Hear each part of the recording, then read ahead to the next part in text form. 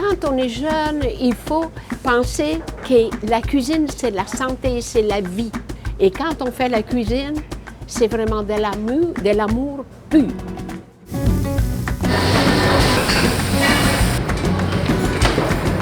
En primo, qui m'a montré la cuisine, c'est maman.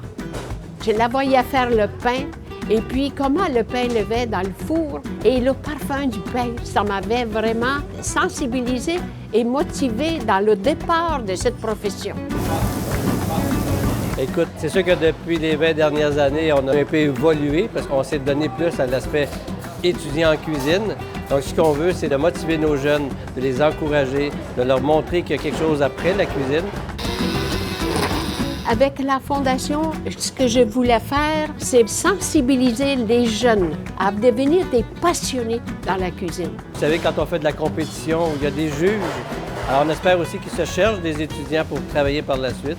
Alors, si on peut arriver à convaincre quelques étudiants de continuer dans le domaine, on a fait notre travail. Tout ce que la nature t'offre, tu es capable de la mettre ensemble et faire quelque chose pour faire plaisir et unir les êtres humains pour qu'ils puissent fêter.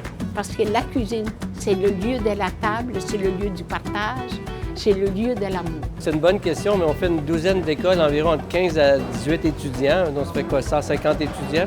On doit donner plus de 70 à 80 000 $ par année, pas juste en dollars, mais aussi en cadeaux, parce qu'on achète d'équipements utiles en cuisine, et on leur remet des cadeaux à chaque fois.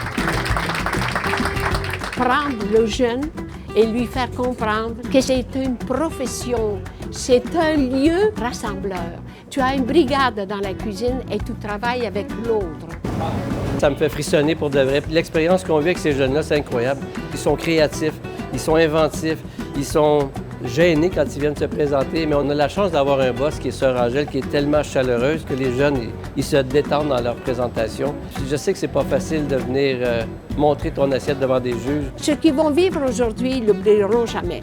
Tu vas avoir des cuisiniers, tu vas avoir des pâtissiers, et tu as des chocolatiers, ceux qui font les desserts, et aussi un service de table qu'il ne faut pas oublier. Tous les étudiants ont tous minimum 100 $. Et après ça, on varie selon les bourses. Mais oui, absolument, ceux qui gagnent 1 000 $, ils sont fous braques, ils sont heureux. Premièrement, vous avez gagné une compétition qui est stressant pour le jeune aussi. On vient se débattre en qualité de produit, en présentation. Chaque élève qui va participer, ils ont un montant d'argent et puis ils sont tous des gagnants. Et c'est ça le but de la Fondation, que les jeunes puissent se recréer, ils puissent grandir et apprécier qu'est-ce que c'est la profession d'être dans l'alimentation. Ça fait plus de 35 ans qu'on est ensemble. J'ai parti de la Fondation il y a 20 ans avec elle. C'est une personne humaine incroyable, une personne qui est reconnaissante, qui est vivante. Elle a une énergie incroyable. On a beau faire toutes les écoles, les déplacements autour de la Québec, elle est toujours là matin, après-midi, soir. Ah, c'est une personne importante dans ma vie. Moi, je suis très fier de ce qu'on a. J'espère qu'on va pouvoir continuer ça encore des années, des années.